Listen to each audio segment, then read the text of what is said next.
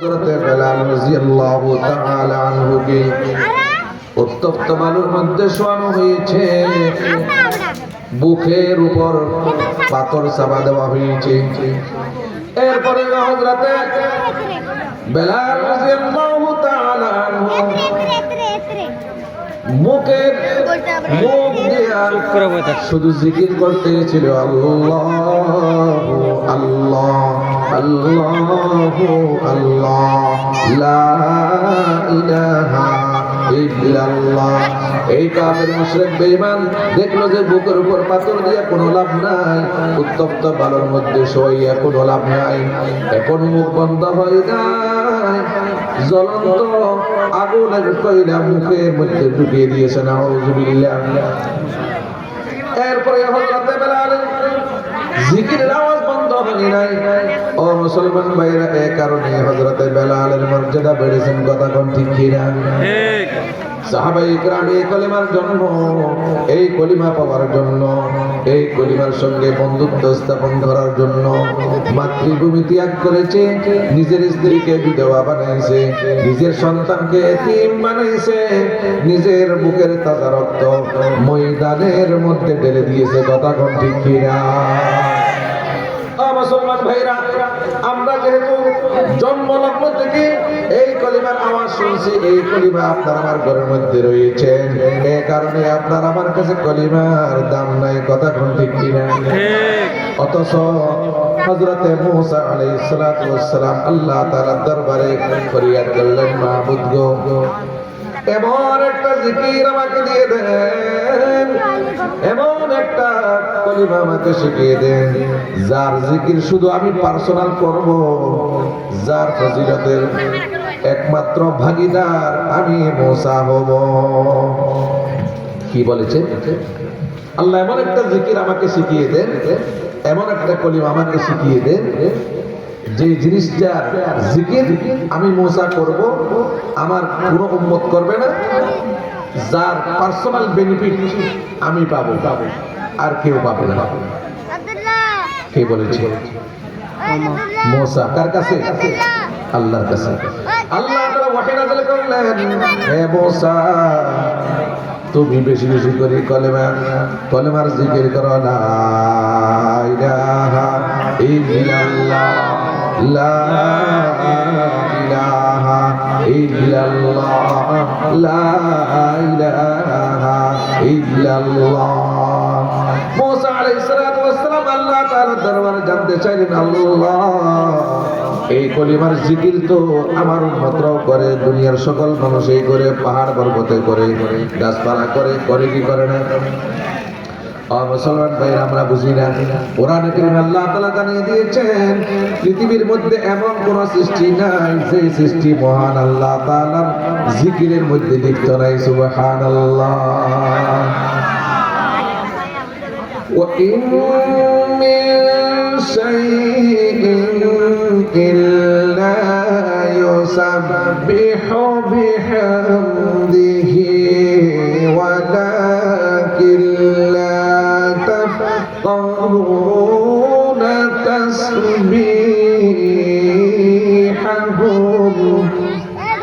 আল্লাহ তাআলা কোরআনে কারীমে বলেন, পৃথিবীর মুখে এমন কোন জিনিস নাই যেই জিনিসটি আমি আল্লাহ তাআলার তাসবিহের মধ্যে লিপ্ত নাই। সুবহানাল্লাহ। তাহলে মুসা আলাইহিস সালাম বলেন, আল্লাহ, এই কলেমার জিকির সারা পৃথিবীর সকলেই করে, এই কলেমার জিকির আমার উম্মত করে। আমি চাইলাম আপনার কাছ থেকে একটা পার্সোনাল জিকির, যে জিকিরটা শুধুমাত্র আমি মুসা করব এবং আমার আমলনামায় তার সওয়াব লিপিবদ্ধ হতে থাকবে। সুবহানাল্লাহ। আল্লাহ তাআলা বলেন, মুসা, তোমার কাছে আমার পক্ষ থেকে কলেমার জিকির করার আদেশ আসাতে তুমি মনে করছো এটা খুব হালকা জিনিস, সকলেই করে, তুমিও করবা, এটা তোমার কাছে হালকা মনে হয়েছে। তুমি কি জানো তার ওজন কত? সারা পৃথিবীর সাত তবক আসমান, সাত তবক জমিন, এবং আসমান আর জমিনের মধ্যে যত মূল্যবান জিনিস আছে, যত সৃষ্টিকুল আছে, যত সম্পদ আছে, সকল জিনিসকে যদি এক পাল্লায় রাখা হয়, আর যদি কালিমায়ে লা ইলাহা ইল্লাল্লাহ এই কলেমাকে আরেক পাল্লায় রাখা হয়, আল্লাহ তাআলা বলেন মুসা রে কলেমার পাল্লায় ভারী হয়ে যাবে সাত তবক আসমান, সাত তবক জমিন, আসমান এবং জমিনের মধ্যে যত জিনিস আছে, যত সম্পদ আছে, এগুলা হালকা হয়ে যাবে, কলেমার পাল্লা ভারী হয়ে যাবে। সুবহানাল্লাহ। তাহলে কলেমার দাম আছে কি নাই? আছে। কলেমার জিকির করলে লাভ আছে কি নাই?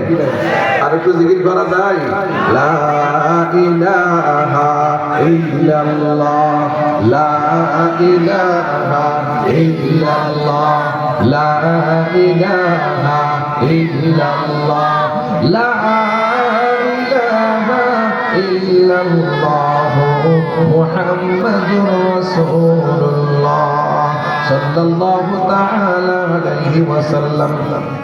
নতুন কোন জায়গায় যদি কেউ যেতে চায়, যাওয়ার আগে চিন্তা করে ওই জায়গাটার নিরাপত্তা আছে কি নাই, কি চিন্তা করে ওই জায়গার নিরাপত্তা আছে কি নাই, নাকি সেখানে গেলে আমি বিপদগ্রস্ত হব, বিপদের সম্মুখীন হব, এটা আগে কি করে চিন্তা করে। কোন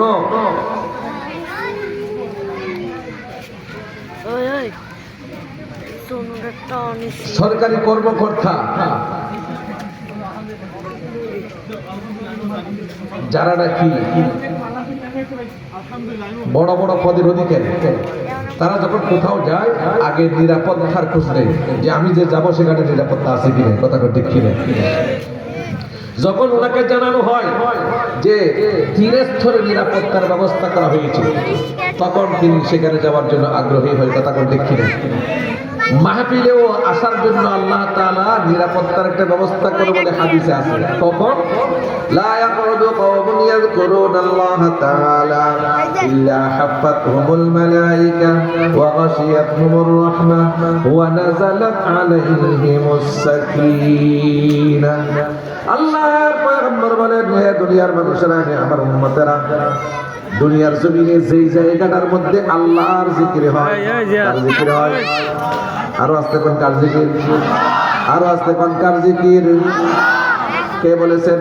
মুহাম্মদুর রাসূলুল্লাহ বলেছেন, যেই জায়গার মধ্যে আল্লাহ তাআলা জিকির হয়, ওই জায়গাটা আল্লাহ তাআলার পক্ষ থেকে কুদরতি ব্যবস্থাপনায় ফেরেশতাদের মাধ্যমে বেষ্টন করে ফেলা হয়, নিরাপত্তার ব্যবস্থা করে দেওয়া হয়। সুবহানাল্লাহ।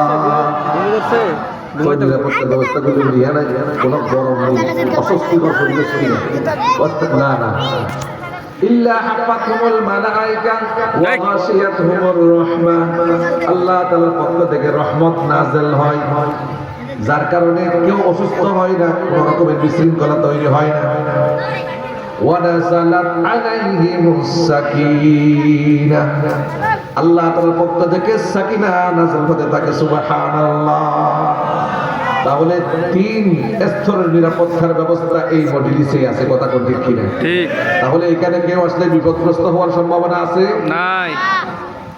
বিশেষ করে যাকে দুশমন করে দুনিয়ার জমিনে পাঠানো হয়েছে, ওই শয়তান নামক প্রকাশ্য দুশমন থেকে একমাত্র বাঁচা যায় যখন মানুষ জিকিরে লিপ্ত হয়, কোরআনের মজলিসে উপস্থিত হয়, কথা কোন ঠিক কিনা?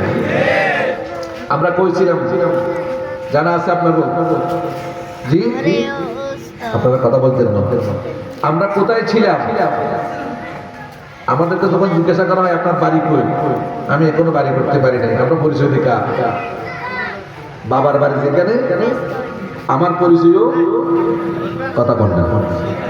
আপনাদেরকে জিজ্ঞাসা করলে ভাই আপনার বাড়ি কই, আপনি এখানে আসছেন চাকরি করতে, আপনি নিজে কোনো ঘর করেন নাই, বাবা কিন্তু ঘর করেছেন, সেই বাড়িতে বড় হয়েছে, আপনি কি বলেন?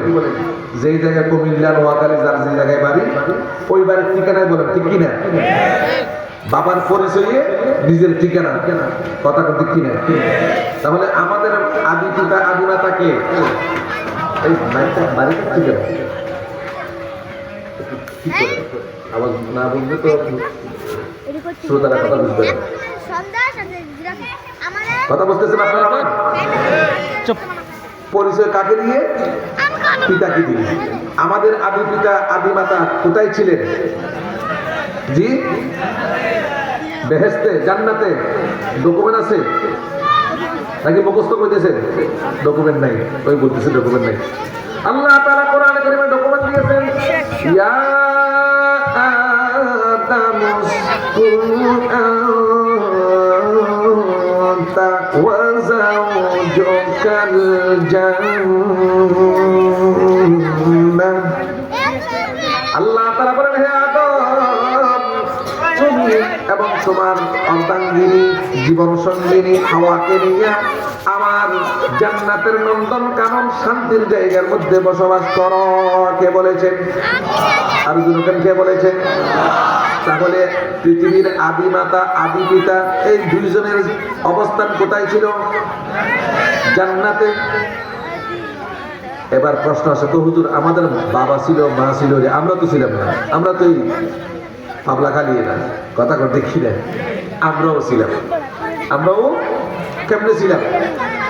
হযরত আদম আলাইহিস সালামকে সৃষ্টি করার পরে আল্লাহ তাআলা কুদরতি খাবায় পৃথিবীর বুকে কিয়ামত পর্যন্ত যত মানুষ দুনিয়ার জমিনে আসবে, বসবাস করবে, সকল মানুষগুলাকে একত্রিত করেছিলেন। সুবহানাল্লাহ।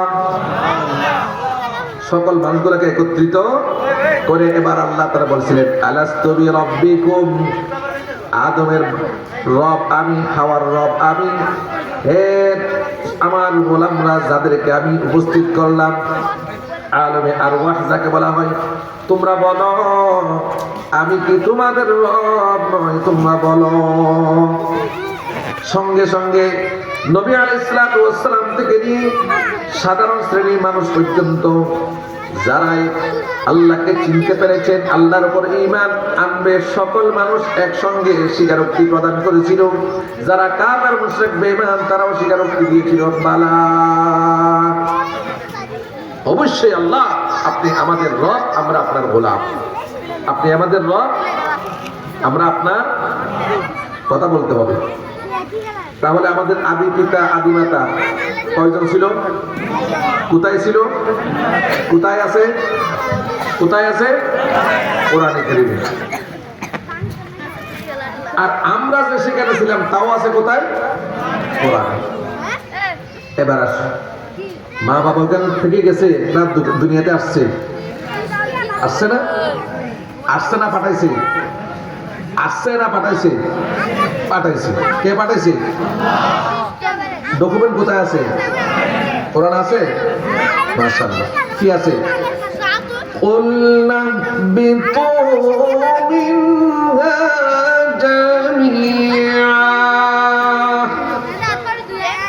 প্রথম আয়াতে যেখানে মা বাবাকে জান্নাতে থাকার জন্য বলেছেন, কয়জনের কথা বলেছেন?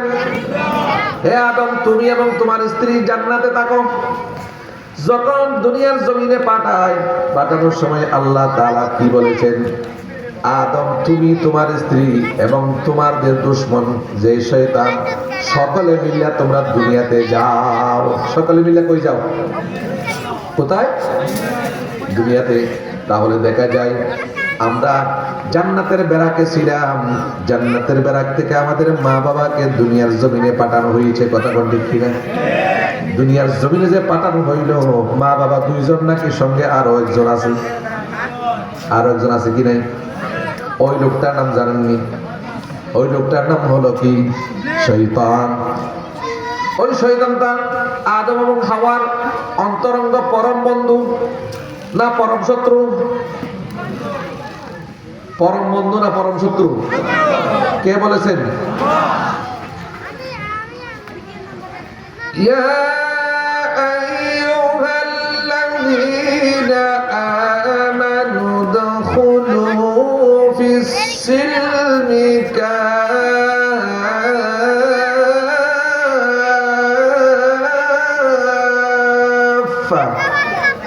ওয়া লা تتبعوا خطوات الشيطان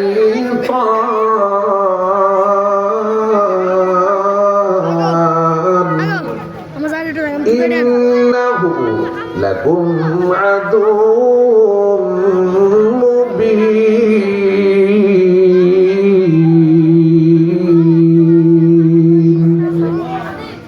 আল্লাহ তাআলা বলেন এই শয়তান তোমাদের প্রকাশ্য দুশমন। কে বলেছেন? তাহলে আমরা যে আমাদের আদি পিতা আদি মাতাদের জান্নাতে ছিল সেই তথ্য আল্লাহ তাআলা কোরআনে দিয়েছেন, কথা কোন ঠিক কিনা? আবার দুইজনকে যখন পাঠানোর সময় দুইজনকে পাঠায় নাই, আরো একজনকে সংযুক্ত করিয়া পাঠাইছে, এই কথাও কোথায় আছে? আবার যাকে পাঠাইছে সে কি শত্রু না মিত্র, সে কথাও কোরআনে বলেছেন, কথা কোন ঠিক কিনা? শত্রু না মিত্র? শত্রু যদি হয় শত্রুর সঙ্গে যেখানে তাকে বিপদগ্রস্ত হওয়ার সম্ভাবনা থাকে না, নাকি নিরাপত্তার ব্যবস্থা থাকে? বিপদের সম্ভাবনা থাকে কি থাকে না? থাকে। এই কারণে হযরত আদম আলাইহিস সালাতু ওয়াস সালাম আল্লাহ তাআলার দরবারে ফরিয়াদ করেন, আল্লাহ জান্নাতের নন্দন কাননে এত শান্তির পরিবেশে নিরাপত্তার বেষ্টনীতে এই শয়তান নামক দুশমন আমরা দুইজনকে বিপদগ্রস্ত করেছে, কথা কোন ঠিক কিনা? আল্লাহ জান্নাতের এই নিরাপত্তার বেষ্টনী থেকে ব্যারাক থেকে যখন আপনি আমাদেরকে বের করে দিচ্ছেন, দুনিয়াতে যাওয়ার জন্য বলতেছেন, এই দুনিয়ার মধ্যে আমরা দুইজন নয়, আমাদের পরম শত্রু ইবলিস শয়তানও থাকবে। আল্লাহ তাতে তো বোঝা যায় সার্বক্ষণিক বিপদ আর বিপদ। এই বিপদ থেকে বাঁচার উপায় আমার কি হবে? এই বিপদ থেকে বাঁচার উপায় কি হবে? আর্মি বিজিবি যখন নাকি পেট্রোলে বের হয়, বের হওয়ার আগে তাদেরকে একটা কি করে এক জায়গায় কি দিয়ে কিছু দিক নির্দেশনা দেয়। এরপরে যারা বের হয় তাদের যে কমান্ডার থাকে সে বলে, স্যার আমরা যে যাচ্ছি শত্রুর মুখোমুখি হব, আমাদের নিরাপত্তার ব্যবস্থা কি? ওই লোকে কি নিয়ে যাও, গুলি নিয়ে যাও, অস্ত্র থাকবে, ওয়্যারলেস থাকবে, আমাদের ব্যারাকের সঙ্গে কি করবা? যোগাযোগ রাখবা, এখান থেকে যে মেসেজ যাবে সেই মেসেজ বাস্তবায়ন করবা, কমান্ডারের কমান্ড ফলো করবা, কথা কোন ঠিক কিনা? তাহলে তোমরা নিরাপত্তার মাধ্যমে শত্রুর মুখোমুখি হইয়া আবার নিরাপত্তার বেষ্টনীতে ফিরে আসতে পারবা, কথা কোন ঠিক কিনা? ঠিক তেমনি ভাবে হযরত আদম আলাইহিস সালাতু ওয়াস সালাম আল্লাহ তাআলার দরবারে জানতে চাইলেন, আল্লাহ শত্রু সহ দুনিয়ার জমিনে পাঠাইতেছেন, ওই জায়গার মধ্যে বিপদের সম্মুখীন হওয়া 100% নিশ্চিত। আল্লাহ এই বিপদ থেকে বাঁচার উপায় কি হবে? আল্লাহ বলেন, আদম রে ভয় পাওয়ার কোনো কারণ নাই, টেনশন করার কোনো কারণ নাই। কুদরতি রবের টাওয়ারের সঙ্গে যোগাযোগ রাখবা, যুগে যুগে আমি আল্লাহ মেসেজ পাঠাবো, যুগে যুগে আমি আল্লাহ কমান্ডার পাঠাবো। মেসেজ এবং কমান্ডারের যদি তোমরা অনুকরণ করতে পারো, মেসেজগুলো বাস্তবায়ন করতে পারো, কমান্ডারের কমান্ডকে ফলো করতে পারো, আবারও নিরাপত্তার বেষ্টনী জান্নাতে তুমি ফিরে আসতে পারবা, কথা কোন ঠিক কিনা? কোথায় বলেছেন? কোথায় বলেছেন?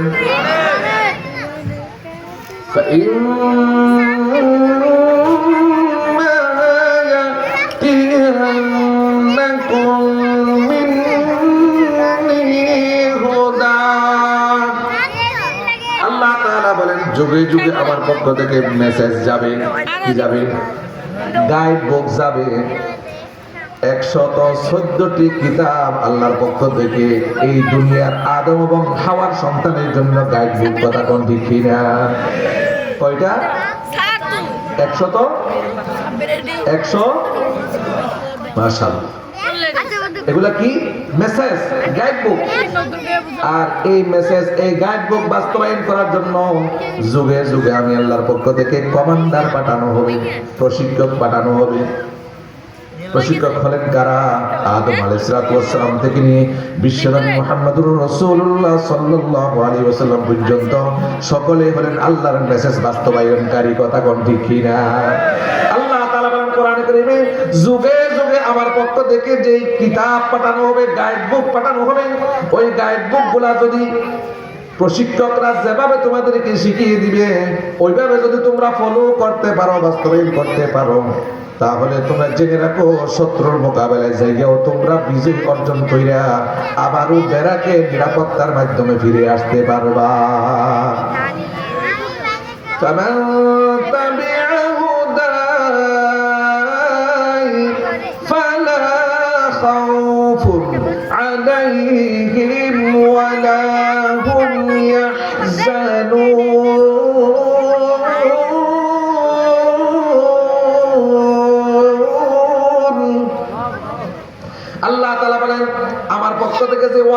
মেসেজ যাবে, কমান্ডার তোমাদের সামনে উপস্থাপন করবে।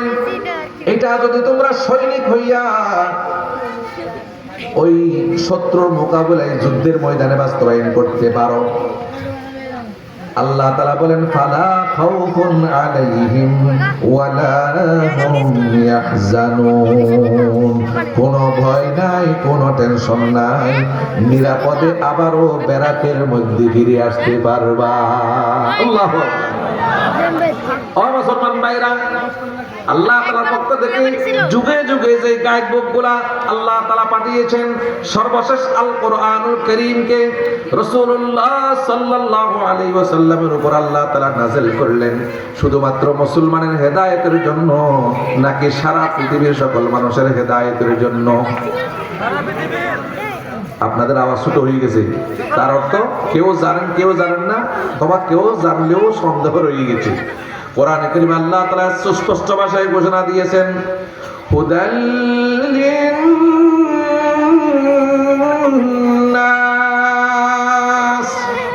আল্লাহ তাআলা বলেন এই কিতাবটা আমি আল্লাহ নাযিল করলাম আমার মাহবুবের উপর, কিন্তু শুধুমাত্র আমার নবীকে যারা মানবে তাদের জন্য নয়, পৃথিবীর বুকে যদি মানুষ নামে পরিচয় দেওয়ার কেউ থাকে ওই সকল মানুষের হেদায়েতের জন্য আমি আল্লাহ এই কালাম নাযিল করলাম। সুবহানাল্লাহ। আচ্ছা বলেন তো, প্রথমে আমরা কি বলেছি? আমাদের মা বাবা কোথায় ছিল? এই দুইজন থেকে সারা পৃথিবীর সকল মানুষের সৃষ্টি, নাকি এরা ছাড়া আর কারো থেকে মানুষের সৃষ্টি হয়েছে? এই দুইজন থেকে সৃষ্টি হয়েছে। তাহলে পৃথিবীর বুকে যত মানুষ দেখা যায়, যে জাতের হোক, যে ধর্মের হোক, যে বর্ণের হোক, যে গোষ্ঠীর হোক, প্রত্যেকের আদি পিতা আদি মাতা কে? আদম হাওয়া। আদম এবং আরো যেরকম আদম এবং হাওয়া। তাহলে সারা পৃথিবীর সকল মানুষের কাছে যে তথ্যটা আছে, যে তথ্যটা কোরআনের সন্নিবেশিত করা হয়েছে, ওই তথ্যটার আলোকে আমরা কি বুঝতে পারলাম? জাতি যাই হোক, ধর্ম যাই হোক, বর্ণ যাই হোক, যে পরিস্থিতি গ্রহণ করুক না কেন, সকল জাতি ধর্ম বর্ণ নির্বিশেষে সকল মানুষের গোড়ায় দুজন মানুষ, একজন পুরুষ একজন নারী। পুরুষের নাম আদম, নারীর নাম হাওয়া। কথা কম, একদম কথা কম। এই তথ্য আমার না আল্লাহ? ভগবানের নাকি স্রষ্টার নাকি অন্য কারো? আমরা বলি আল্লাহ। তারা যেটাই বলুক না কেন, যদিও আল্লাহ তারা এই কথা বলার, ভগবান বলার জন্য শিক্ষা দেয়নি, গড বলার কথা বলেনি, আল্লাহ যেটা বলেছেন সেটা বারবার শব্দ আল্লাহ। বারবার শব্দ কি? আল্লাহ। তারাও কিন্তু ওই ভাষায়, গডের ভাষায়, ভগবানের ভাষায়, সৃষ্টিকর্তার ভাষায় আমরা যাকে আল্লাহ বলি সেই আল্লাহ বুঝাতে চাই। কথা কোন ঠিক কিনা? সেই আল্লাহ তাআলা বলেন সকল মানুষের সৃষ্টির গোড়ায় কয়জন মানুষ আছে? একজনের নাম, পুরুষের নাম আদম, নারীর নাম হাওয়া। এবার আসুন, পৃথিবীর মুখে যেই একই মায়ের সন্তান, একই বাবার সন্তান, দুইজনের মধ্যে গরমিল মাঝে মধ্যে হয় কি হয় না? কিন্তু সর্বশেষ যখন চিন্তা করে যে এটা আমার ভাই, আমি তার ভাই, এটা আমার বোন, আমি তার ভাই, ঠিক কিনা? তখন ঝগড়া বিবাদ সব মিটে যায় কি যায় না? সবাই আবার মিলে যায় কিনা? কিসের কারণে? পরিচিতির কারণে। কিসের কারণে? পরিচিতির কারণে। আল্লাহ তাআলা সূরা নিসার প্রথম আয়াতে সেই তথ্য তুলে ধরেছেন, ইয়া আইয়ুহান নাসু তাকু রাব্বাকুমুল্লাযী খালাকাকুম মিন নাফসিন ওয়াহিদা ওয়া খালাকা মিনহা যাওজাহা ওয়া বাথা মিনহুমা রিজালান কাসীরান ওয়া নিসাআ। আল্লাহ তাআলা বলেন, হে দুনিয়ার মানুষেরা, তোমার পরিচয় যদি মানুষ হয়, তুমি যদি নিজেকে মানুষ বলে মনে করো, গণনা করো, তাহলে আমি আল্লাহ ঘোষণা দিলাম আমি রবকে ভয় করো, কারণ আমি আল্লাহ তোমাদেরকে বানিয়েছি, সৃষ্টি করেছি একজন পুরুষ এবং একজন নারী থেকে। কে বলেছেন? এতক্ষণ পর্যন্ত যতগুলা আলোচনা হইল, কোনটা আন্দাজি নাকি বাস্তব? তথ্য কোথায় আছে? জান্নাতে ছিল আমাদের মা বাবা, তথ্য কোথায় আছে? কোরআনে। জান্নাত থেকে পাঠাইছে, তথ্য কোথায় আছে? কোরআনে। শুধুমাত্র আদম হাওয়া দুজনকে পাঠায় না, শয়তান সহ পাঠাইছে, এই তথ্য কোথায় আছে? কোরআনে। বিপদগ্রস্ত হওয়ার সম্ভাবনা আছে, এই তথ্য কোথায় আছে? কোরআনে। সেই বিপদ থেকে বাঁচার পন্থাও বলে দিয়েছেন, সেটা কোথায় আছে? কোরআনে। আর দুনিয়াতে যেন ঝগড়া বিবাদ, পরস্পর মারামারি, হানাহানি এগুলা যেন না হয়, পারস্পরিক হৃদ্যতা, আন্তরিকতার বন্ধন, সাম্প্রদায়িক সম্প্রীতির বন্ধন যেন অটুট থাকে, তার জন্য আল্লাহ তাআলা সূরা নিসার প্রথম আয়াতে আমাদের আদি ইতিহাস বলেছেন কিনা? আদি ইতিহাস বলেছেন কিনা? কি বলেছেন? যে পৃথিবীর বুকে মানুষ নামে পরিচিতি যাদের রয়েছে, যারা নিজেকে মানুষ বলে মনে করে, প্রত্যেক মানুষ, পুরুষ হোক নারী হোক, তাদেরকে আমি আল্লাহ সৃষ্টি করেছি একজন পুরুষ এবং একজন নারী থেকে। কথা ঠিক কিনা? তাহলে এই দিঘিনালা, বোয়ালখালী বলেন, খাগড়াছড়ি বলেন, রাঙ্গামাটি বলেন, বান্দরবান বলেন, সব জায়গার মধ্যে মাঝে মধ্যে যে সাম্প্রদায়িক কি হয়, দাঙ্গা হাঙ্গামা হয়, এটা কিসের কারণে হয়? আদি ইতিহাস ভুলে যাওয়ার কারণে হয়। কথা ঠিক কিনা? কারণ সৃষ্টিকর্তা গড আল্লাহ তিনি বলেছেন যে পৃথিবীর বুকে মানুষ পরিচয় যারা গ্রহণ করেছে, নিজেকে যারা মানুষ বলে মনে করে, তাদেরকে আমি আল্লাহ সৃষ্টি করেছি একজন পুরুষ এবং একজন নারী থেকে। কথা ঠিক কিনা? তাহলে সকল জাতির যত পুরুষ রয়েছে, যত নারী রয়েছে, যত কি রয়েছে, গোষ্ঠীর রয়েছে, যত সম্প্রদায় রয়েছে, সকল সম্প্রদায়ের, সকল গোষ্ঠীর নারী পুরুষ সকলের মা বাবা, আদি পিতা, আদি মাতা হলেন আদম এবং হাওয়া। তাহলে জগদীশ বাবু তার আদি পিতাকে, কথা বললেন, আদম। আব্দুল করিমের আদি পিতাকে। তাহলে জগদীশ কখনো আব্দুল করিমের বাড়িতে আগুন দিতে পারে? আবার আব্দুল করিমও জগদীশের উপর কি করতে পারে? আঘাত করতে পারে? কেন পারে না? আমরা দুইজনেই হইলাম একই বাবার সন্তান, একই মায়ের সন্তান। কথা কোন ঠিক কিনা? একই বাবার সন্তান, একই মায়ের সন্তান। কখনো কেউ একজন স্কুলে পড়ে, আরেকজন মাদ্রাসায় পড়ে কি পড়ে না? মাদ্রাসায় পড়লে কি স্কুলে যে পড়ছে তার থেকে সম্পর্ক বিচ্ছিন্ন হয়ে গেছে? হ্যাঁ, মাদ্রাসায় যে পড়ছে তে উন্নত অবস্থায় আছে, স্কুলে যে আছে সে তার সে অনুন্নত অবস্থায় আছে। কথা ঠিক কিনা? কিন্তু তাই বলে মা বাবার যে সম্পর্ক, ব্লেডিং যে সম্পর্ক, আত্মীয়তার যে বন্ধন, সেই বন্ধন কি ছিন্ন হয়ে গেছে? কখনো না। ঠিক তেমনি ভাবে হিন্দু, বৌদ্ধ, খ্রিস্টান, চাকমা, মারমা, ত্রিপুরা, মুসলমান যারাই হোক না কেন, প্রত্যেকেই আমরা আদি পিতা, আদি মাতা হযরত আদম এবং হাওয়ার সন্তান। কথা ঠিক কিনা? যেহেতু আমরা একই বাবা, একই মায়ের সন্তান, সেক্ষেত্রে আমাদের মধ্যে কোন বিভেদ, কোন রকমের পারস্পরিক হিংসা বিদ্বেষ থাকতে পারে। হ্যাঁ, আমরা তাদেরকে আহ্বান করব, তারা যেন সত্যিকার প্রথম মানব যিনি ছিলেন, তিনি কি মূর্তি পূজারী ছিলেন? ছিলেন না। অগ্নি পূজক, গাছ পূজক, সূর্য পূজারী, চন্দ্র পূজারী কিছুই ছিলেন না। আল্লাহর কসম কেউ প্রমাণ করতে পারবে না হযরত আদম এক আল্লাহ ছাড়া আর কারোর সামনে মাথা নত করেছে, সিজদা দিয়েছে, ইবাদত করেছে, এরকম কোন তথ্য পৃথিবীর কোন দার্শনিক, বৈজ্ঞানিক, কোন ধর্মতত্ত্ববিদ কেউ দিতে পারবে? আরো যখন কেউ দিতে পারবে? তাহলে প্রথম আমাদের যেই সকলের মিলাই যে আদি পিতা, তিনি ইবাদত করেছেন কার? আরো যখন কার? এই জন্য আল্লাহ বলেছেন, ইয়া আইয়ুহান নাসু উবুদু রাব্বাকুমুল্লাযী খালাকাকুম। আল্লাহ তাআলা মানে, হে দুনিয়ার মানুষেরা, উবুদু, ইবাদত যদি করতে হয়, আরাধনা, সাধনা, উপাসনা যদি করতে হয়, উবুদু রাব্বাকুম, তোমাদের রবের একমাত্র তোমাদের করতে হবে। কথা কোন ঠিক কিনা?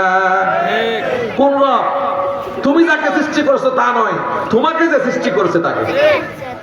রাব্বাকুমুল্লাযী খালাকাকুম। আল্লাহ তাআলা বলেন, তুমি একটু দেখো, তোমাকে যিনি সৃষ্টি করেছেন তারই ইবাদত তোমাকে করতে হবে, কারণ তিনি উত্তম, তুমি হইলা অদম। তিনি উত্তম, তুমি অদম। আর আমি যে এই মাইকটা সৃষ্টি করলাম, এই মাইকটা উত্তম না নাকি আমি উত্তম? সৃষ্টিকারী উত্তম হয়, সৃষ্টি কি হয়? অদম হয়। কিন্তু যদি তার উল্টা হয়, অদম যেটা এটার কি আমি কি করতে পারি? আরাধনা সাধনা পূজা অর্চনা ইবাদত বন্দি করতে পারি না, কারণ এটা হলো কি অধম, আমি হলাম কি উত্তম। আল্লাহ বলেন আমি আল্লাহ তোমাদেরকে সৃষ্টি করেছি, এ কারণে আমি আল্লাহ উত্তম, তোমরা হইলে অধম। আর অধমরাই উত্তমের কি করবে? ইবাদত বন্দি করবে। কথা কোন ঠিক কিনা? এই কারণে আল্লাহ বলেন উবুদু রাব্বাকুমুল্লাযী খালাকাকুম ওয়াল্লাযীনা মিন ক্বাবলিকুম লাআল্লাকুম তাত্তাকুন। আল্লাহু আকবার। তাহলে আমরা ছিলাম কোথায়? আমরা জান্নাতি মানুষ। কথা কোন ঠিক কিনা? আমাদেরকে পাঠানো হয়েছে না নাকি আমরা আসছি? পাঠিয়েছেন কি? দুজনকে পাঠাইছিল না তিনজন? শত্রু মিত্র মিশ্রণে নাকি শুধুমাত্র মিত্র, শত্রু ছিল না? শত্রু মিত্র উভয় পক্ষ ছিল। কথা কোন ঠিক কিনা? এই দুনিয়ার জমিনে আল্লাহ তাআলা পৃথিবীর সকল মানুষগুলাকে আদম হাওয়ার মাধ্যমে কেন পাঠাইলেন তার উদ্দেশ্য জানা আসেনি? উদ্দেশ্য জানা আছে? হুজুর এই দুনিয়াতে খাওয়ার লোক ছিল না, পড়ার লোক ছিল না, এই যে গাছপালা পড়ে রয়েছে ব্যবহার করার লোক ছিল না, গাছে ফল পড়ে রয়েছে খাওয়ার লোক ছিল না, এই কারণে আল্লাহ আমাদেরকে সৃষ্টি করেছেন আমরা খাবো আর আনন্দ ফুর্তি করবো। কথা কোন ঠিক কিনা? ও ঠিক বলে, খাবো আর কি করবো? আনন্দ ফুর্তি করবো। এই কারণে দেখা যায় মাঝে মধ্যে গান গায়। কি গান গায়? দুনিয়াটা মস্ত বড়, খাও দাও ফুর্তি করো, আগামীকাল বাঁচবে কিনা বলতে পারো। কথা কোন ঠিক কিনা? কারণ এরা মনে করছে দুনিয়াতে খাবার উচিত নাই, আল্লাহ আমাদেরকে খাওয়ার জন্য সৃষ্টি করেছেন, ফুর্তি করার জন্য সৃষ্টি করেছেন। এই জন্য দেখবেন সাজেকে যা দেখছেন বাজের আর নারী পুরুষ একসঙ্গে মিলে নাচানাচি করতেছে। এটা কি নবীর আনিত সংস্কৃতি না অপসংস্কৃতি? কথা বলতে হবে। এটা কি নবীর আনিত সংস্কৃতি না অপসংস্কৃতি? রাসূলুল্লাহ সাল্লাল্লাহু আলাইহি ওয়াসাল্লাম মদিনা যখন ইসলামী স্টেজ কায়েম করলেন, মুসলিম যারা ছিল সাহাবায়ে কেরাম তারা ইমরুজ নওরুজ দুইটা শীতকালীন অনুষ্ঠানের আয়োজন করেছে, যেখানে নাচ গান জুয়া মদ হাউজি লটারি এগুলা চলবে। কি চলবে? আপনারা বুঝেন না কথা? আমি কিন্তু মুশ্রুতা কথা না বললে আমার কথা আগাই না, বলতে হবে। কি চলতেছে? যেখানে চলিত নাচ গান, অর্ধলঙ্গ পূর্ণ অলঙ্গ নারীর নাচ, মদ জুয়া হাউজি লটারি এগুলা চলতো। নবমুসলিম সাহাবায়ে কেরাম এই দুই উৎসবে তারাও এর আয়োজন করলো। রাসূল সাল্লাল্লাহু আলাইহি ওয়াসাল্লাম বলেন, হে আমার সাহাবায়ে কেরাম তোমরা এগুলো কি করতেছো? কই ইয়া রাসূলুল্লাহ, ইসলাম ধর্ম গ্রহণ করার আগেও আমাদের একটু আনন্দ ফুর্তি করতাম এরকম অনুষ্ঠান কইরা, তার ধারাবাহিকতায় আমরা এই অনুষ্ঠানের দিন অনুষ্ঠান করতেছি, একটু আনন্দ ফুর্তি করতেছি। রাসূল বলেন না না না, লাগামহীন জীবন যাপন মুসলমানের নয়। মুসলমানের জীবন হলো কি মহান রবের কুদরতি কদমের মধ্যে লাগাম দিয়া আপনি আমি গোলামের জিনজিন করে দুনিয়াতে এসেছি। কথা কোন ঠিক কিনা? কোথায় আছে? কোরআনে কারিমে আছে। আল্লাহ তাআলা বলেন ওয়া মা খালাকাতুল জিন্না ওয়াল ইনসা ইল্লা লিয়াবুদুন। আমি মানব এবং দানবকে সৃষ্টি করেছি একমাত্র আমি রবের গোলামি করার জন্য। কার গোলামি? আর আস্তে কোন কার গোলামি? রাসূল বললেন, হে আমার সাহাবায়ে কেরাম, আনন্দ ফুর্তি ল্যাংটা নারীর নাচ দেখা, নাচের অনুষ্ঠানের আয়োজন করা, মদ খাওয়া, জুয়া খেলা, সুদে ঘুষে লিপ্ত হওয়া, এগুলা আমি নবীর আদর্শ নয়, মহান আল্লাহর হুকুম নয়। কে বলেছেন? রাসূল বলেছেন। কার অর্ডারে বলেছেন? কার অর্ডার বলেছেন? তাহলে দুনিয়াতে আসার পরে বিপদ আছে কি নাই? বিপদ আসার পরে আগের কথা মনে আসেনি? আল্লাহ বলেছিলেন আমার পক্ষ থেকে মেসেজ যাবে, মেসেজ বাস্তবায়ন করার জন্য নবীরা থাকবে। এই নবীরা কমান্ডার, এই কমান্ডারদের মেসেজ যদি তোমরা ফলো করো, ওনাদের অনুসরণ করে চলো, তাহলে বিপদ মুক্ত হইয়া আবারও জান্নাতের সেই নিরাপত্তার বেষ্টনী বেড়াকে তোমরা নিরাপদে ফিরে আসতে পারবা। কথা ঠিক কিনা? যদি এভাবে বিজয় অর্জন কইরা শত্রু বাহিনীর মুখোমুখি হইয়া বিজিত অবস্থায় যদি বেড়াকে আসতে পারো, তাহলে তোমাকে পুরস্কৃত করা হবে। কি করা হবে? আর যদি ময়দানে যাইয়া যদি ব্যারাকের মেসেজ, কমান্ডারের কমান্ড কোনো কিছু না মাইনা শত্রুর সঙ্গে আঘাত করো, মির্জাফরি যদি করো, আর ব্যারাকে ফিরতে পারবে না, গুলি করে বাইরে তোমাকে কি করা হবে? তোমার জীবন কি করা হবে? নষ্ট করা। কিছুদিন আগে দেখেন না নেটের মধ্যে হামাসরা কি করেছেন? কয়েকজন লোককে ওপেন রাস্তার মধ্যে আইনা সকল মানুষের সামনে গুলি করে মেরে ফেলছে। সাংবাদিকরা জিজ্ঞাসা করেছেন, ঘোষণা দিয়েছেন, এরা হলো ইহুদিদের দালাল হইয়া আমাদের গোপন তথ্যগুলা তাদের কাছে পাশ করে দিয়েছে, আমাদের বিরুদ্ধে মির্জাফরি করেছে। কথা কোন ঠিক কিনা? তাহলে শত্রুর মোকাবেলায় শত্রুর সঙ্গে আঘাত করলো নাকি শত্রুর বিরোধিতা করলো? শত্রুর সঙ্গে আঘাত করেছে। কথা কোন ঠিক কিনা? আঘাত করার কারণে ফিলিস্তিনের জমিনে তাদের থাকার আর বৈধতা নাই, এই জন্য গুলি করে হত্যা করে মেরে ফেলছে। কথা কোন ঠিক কিনা? আল্লাহ তাআলা বলেন, জান্নাতি মানুষ তোমরা, জান্নাত থেকে তোমাদেরকে, জান্নাতের ব্যারাক থেকে তোমাদেরকে দুনিয়ার জমিনে পাঠানো হচ্ছে শত্রুর মোকাবিলা করিয়া। শত্রুকে মনে আসেনি? শয়তান, মানুষ রূপীয় শয়তান আছে, সরাসরি শয়তানের সন্তান ও শয়তান আছে। কথা কোন ঠিক কিনা? মিনাল জিন্নাতি ওয়ান নাস আছে কি নাই? মানুষ নামী শয়তানও আছে, মানুষ রূপী শয়তানও আছে, সরাসরি শয়তানের ছেলা সমুন্ডা শয়তানও আছে কি নাই? এই শয়তানের সঙ্গে যারা আঘাত করবে তারা কিন্তু কখনো জান্নাতের সেই নিরাপত্তার কিসের মধ্যে বেরেকে ফিরে আসতে পারবে না, তাদেরকে জাহান্নামে গুলি করে ফেলে দেওয়া হবে। কথা কোন ঠিক কিনা? আর যারা শত্রুর মোকাবেলায় বিজয় অর্জন করে মুখামুখি হইয়া ময়দানের মধ্যে বীরত্ব প্রদর্শন করে, ঘুষ, সুদ, জুয়া, মদ, নারীর উলঙ্গ নাচ, সুদ ঘুষের সাথে লিপ্ত না হইয়া, গীবতের সঙ্গে লিপ্ত না হইয়া, ও মুসলমান ভাইরা, যুবক ভাইরা, এই সময়টা যদি কাটাইয়া আপনি আমি কবর পর্যন্ত যাইতে পারি, তাহলে আপনি আমি বিজিত বান্দা হিসাবে কবরের পারে আপনি আমি বসতে পারবো, মৃত্যুর দুয়ারে পৌঁছতে পারবো, কবরে শুইতে পারবো। এরপরে কিয়ামতের ময়দানে আল্লাহ তাআলা যেমন ব্যারাক থেকে যে সৈনিকরা যাইয়া বিজয় অর্জন করে আসতে পারে তাদেরকে পুরস্কার দেয় কমান্ডার। কথা কোন ঠিক কিনা? ক্র্যাশ যে পথ উন্নতি করে দেয়, তাদেরকে বিভিন্ন রকমের কি দেয়? পুরস্কার দেয় কি দেয় না? আল্লাহ তাআলা বলেন, যদি দুনিয়ার জমিনে শয়তানের বিরুদ্ধে আচরণ করে তুমি যদি তোমার জীবনটাকে বিজয়ের পথে ধরে রাখতে পারো, এই অবস্থায় যদি মরতে পারো, কিয়ামতের ময়দানে আমি আল্লাহর পক্ষ থেকে তোমাদেরকে ডাকা হবে জান্নাতে ঢোকার জন্য। কি করা হবে? ডাকা হবে, ইরজিই ইলা রাব্বিকি রাদিয়াতাম মারদিয়া। তোমরা জান্নাতে ফিরে আসো, তোমাদের রবের কাছে ফিরে আসো, জান্নাতের ব্যারাকে ফিরে আসো। কি অবস্থায়? তোমরাও বিজিত, আমিও তোমাদের উপর কি রাজি এবং খুশি। ফাদখুলি ফি ইবাদি ওয়াদখুলি জান্নাতি। আল্লাহ তাআলা বলেন, বান্দারে, তোমার মা বাবাকে জান্নাত থেকে বের করে দেওয়া হয়েছিল, তোমাদের মা বাবার অবস্থান ছিল কোথায়? আর যেরকম কোথায়? জান্নাতে।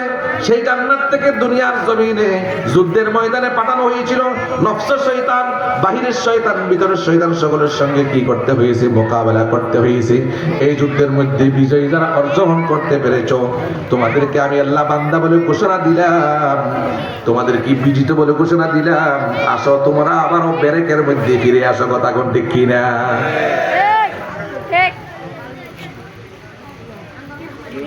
কিন্তু এর বিপরীত যারা কি করবে? মির্জাফরি করবে, শত্রুর সঙ্গে আঘাত করে শয়তান যেভাবে বলে সেভাবে জীবনযাপন করবে। আল্লাহ তাআলা বলে দিয়েছেন, এদেরকে আমি জান্নাতে দিব না, এদেরকে জাহান্নামে নিক্ষেপ করবই করব। কথা কোন ঠিক কিনা? তাহলে আমরা ছিলাম কোথায়? আমাদেরকে পাঠানো হয়েছে কোথায়? দুনিয়াতে পাঠানো হয়েছে কি জন্য? আল্লাহ তাআলার ইবাদত বন্দেগী করার জন্য। আর ইবাদত বন্দেগী বলতে কি বোঝায়? নবীজি সাল্লাল্লাহু আলাইহি ওয়াসাল্লাম যা যা করেছেন সেগুলা করা, যা যা তিনি বারণ করেছেন সেগুলা পরিহার করা, এটাকে বলা হয় কি? ইবাদত। এটাকে বলা হয় কি? নবীজির জীবনে যা যা করেছেন উম্মতকে করার জন্য বলেছেন, ওই কর্মগুলা করার নাম হলো নবীজি যা যা করেছেন তা তা করা, এগুলাকে বলা হয় নেক আমল। কি বলা হয়? আর নবীজি যা করে নাই, না করার জন্য বলেছেন, সমর্থন করে নাই, নিষেধ করেছেন, নিজেও বারণ করেছেন, ওই কাজগুলাকে বলা হয় কি? ওই কাজগুলাকে বলা হয় কি? নাফরমানি। কি বলা হয়? নাফরমানি। তাহলে নবীজি যা যা করেছেন সেগুলোর নাম হলো কি? নেক আমল। যা যা করেন নাই সেগুলা হলো বদ আমল।